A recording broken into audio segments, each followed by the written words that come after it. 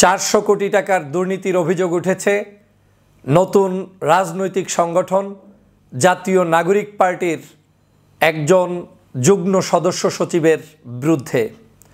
যে সদস্য সচিবের নাম হচ্ছে গাজী সালাউদ্দিন তানভীর ওরফে তানভীর আহমেদ। এই তানভীর আহমেদের বিরুদ্ধে ইতিমধ্যেই অনলাইনে অফলাইনে বিভিন্ন জায়গায় নিউজ ছড়িয়ে পড়েছে যে 400 কোটি টাকা ইতিমধ্যেই তিনি বিভিন্ন জায়গা থেকে লোপাট করেছেন। অভিযোগের ক্ষেত্রগুলো হচ্ছে তিনি ডিসি নিয়োগের ক্ষেত্রে অবৈধ পথ অবলম্বন করেছেন, প্রভাব খাটিয়েছেন।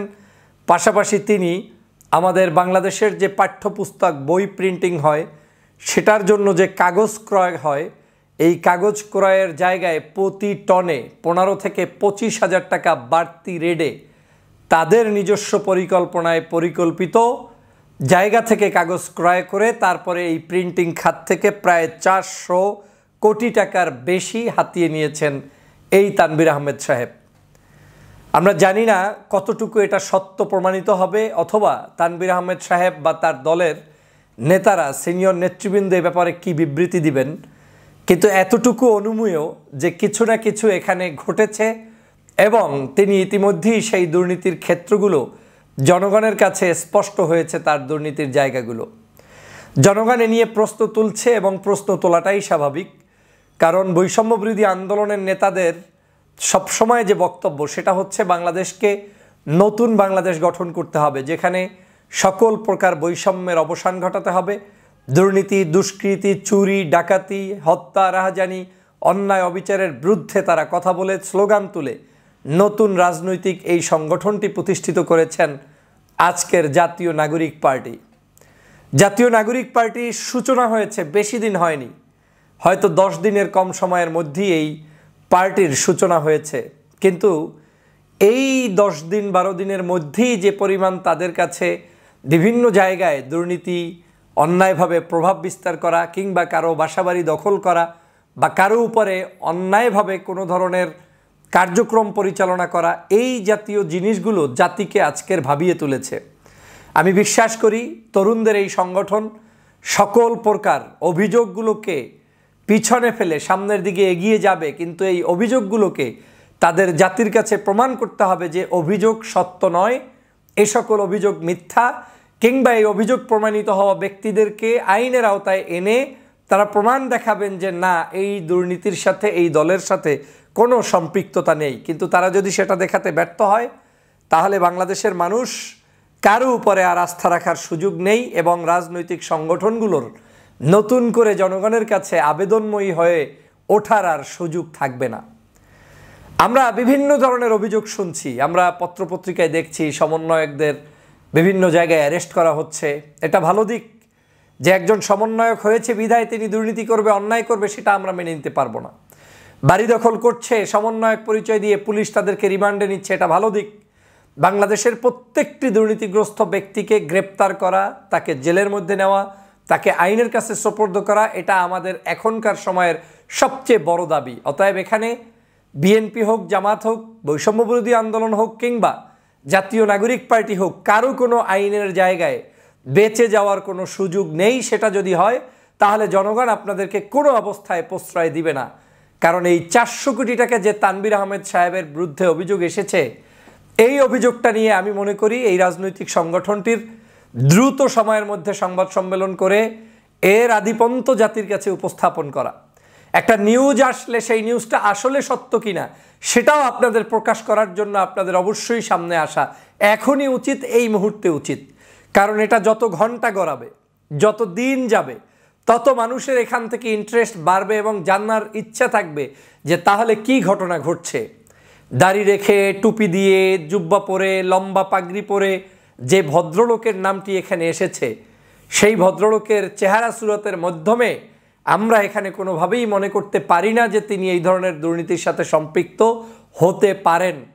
কিন্তু তাকে বলা হচ্ছে তানভীর আহমেদ সাহেব তিনি একটি সিন্ডিকেট এখানে মেনটেন করে ডিসি নিয়োগ করা থেকে শুরু করে বিভিন্ন প্রশাসনিক কর্মকর্তাদের নিয়োগের ক্ষেত্রে তিনি বড় অঙ্কের টাকা সেখানে হাতিয়ে নিয়েছেন এবং প্রিন্টিং খাতে তিনি এই ধরনের প্রায় 400 কোটি টাকার মতো অতিরিক্ত টাকা নাকি তিনি হাতিয়ে নিয়েছেন বলে বিভিন্ন জনই এখানে আজকের অনলাইনে প্রচার করছে।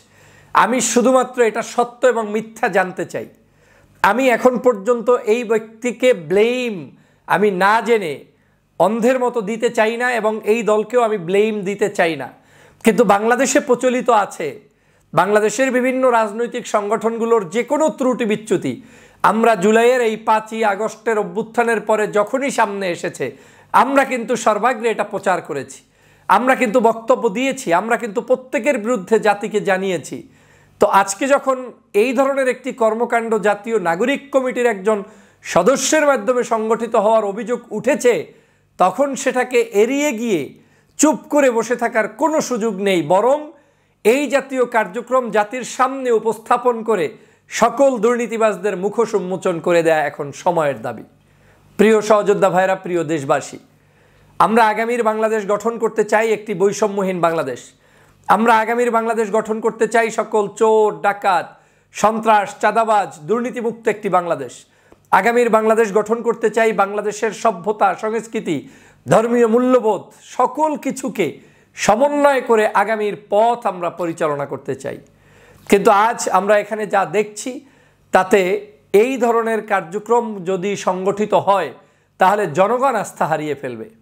আমি বৈষম্য বিরোধী আন্দোলনের এই সংগঠনের নেতাদের মাধ্যমে প্রতিষ্ঠিত জাতীয় নাগরিক পার্টির সিনিয়র এবং জুনিয়র সকল শুভাকাঙ্ক্ষীর প্রতি আমার যে আহ্বান থাকবে, আপনারা তরুণ, আপনারা এগিয়ে যাবেন। আপনাদের এগিয়ে যাওয়ার পথ রুদ্ধ করার জন্য বহু ষড়যন্ত্র যেমন হবে, বহু সত্য সমালোচনাও হবে। এই সমালোচনা নেয়ার এবং সমালোচনা সহ্য করার মানসিকতাও আপনাদেরকে দেখাতে হবে, থাকতে হবে। আপনি যদি দেখাতে ব্যর্থ হন তাহলে অবশ্যই সেটার জন্য আপনাদেরকে কিন্তু জনগণের কাছে জবাবদিহিতা করতে হবে। যেমন আমি আপনাদের পক্ষ হয়েই বলেছিলাম যে আপনাদের বিভিন্ন ধরনের আয়ের উৎস জনগণ জানতে চাচ্ছে। আমি বলেছিলাম যে একটি দল তারা কার্যক্রম করছে, তার আয়ের উৎস আমরা জানার আগে বাংলাদেশের বড় বড় রাজনৈতিক দলগুলোর আয়ের উৎস জানা দরকার। সবাই তো আর জানায় না, প্রোগ্রাম শেষ করলে সবাই বলে না।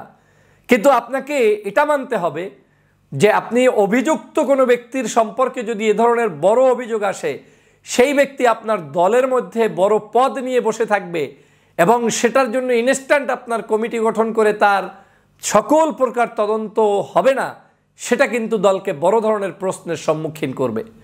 অতএব আপনারা প্রত্যেকটা জায়গায় যদি জাতিকে ভালো কিছু দিতে চান, দেখাতে চান, তাহলে আপনাদেরকে সবার আগে জনগণের কাছে এটার জবাব দিতে হবে। আমি আশা করব যে তানভীর আহমেদের বিরুদ্ধে যত অভিযোগ এটা মিথ্যা প্রমাণিত হোক, ভুল প্রমাণিত হোক, কিন্তু যদি সেটা সত্যই হয় তাহলে বুঝতে হবে আমাদের এই রক্তে ভেজা বাংলাদেশ, 2000 মানুষের রক্তের বিনিময়ে অর্জিত এই বাংলাদেশ, এবং এখনও কাতরাচ্ছে 30 থেকে 50 হাজার মানুষ যার হাত নাই, পা নাই, চক্ষু নাই, পঙ্গু, তাদের জীবনের এই বিনিময়, রক্তের বিনিময়ে যে দেশ গঠন হলো সেটা সঠিক লক্ষ্যে পুষতে পারবে না। সঠিক লক্ষ্যে নেয়ার জন্য সবার আগে আমাদেরকে সংশোধিত হয়ে বাংলাদেশের মানুষের আশা আকাঙ্ক্ষার বাংলাদেশ গঠন করতে হবে। আর সেটা গঠন করতে হলে এই যুবকদের বিকল্প নেই, তরুণদের বিকল্প নেই। আসুন, যে সমালোচনাটি হলো এই সমালোচনার প্রকৃত তথ্য উদ্ঘাটন করে জাতির সামনে উপস্থাপন করুন। আর এটা যদি সত্যই হয় তাহলে বুঝতে হবে সর্ষের মধ্যে ভূত কিন্তু এখনও বসে আছে, যায়নি, ছাড়াতে পারেননি। ছাড়াতে না পারার পরিণাম হবে বাংলাদেশের রাজনীতিতে ভয়াবহ। কেউ ছাড় দিবে না, কেউ না। আপনার এই বাংলাদেশের সমগ্র রাজনৈতিক দল আপনাদের অপেক্ষায়, আপনারা যা করবেন সব একদম সিটি স্ক্যান করে করে জনগণের সামনে দেখানোর জন্য মানুষ বসে আছে। অতএব আসুন, চ্যালেঞ্জ গ্রহণ করুন, এই সকল দুর্নীতির প্রমাণ পেলে তাদেরকে ইনস্ট্যান্ট বহিষ্কার করুন এবং তাদের এই সকল দুর্নীতির টাকা আবার ফেরত এনে রাষ্ট্রীয় কারাগারে জমা দেওয়ার ব্যবস্থা করুন। আপনাদেরকে ধন্যবাদ।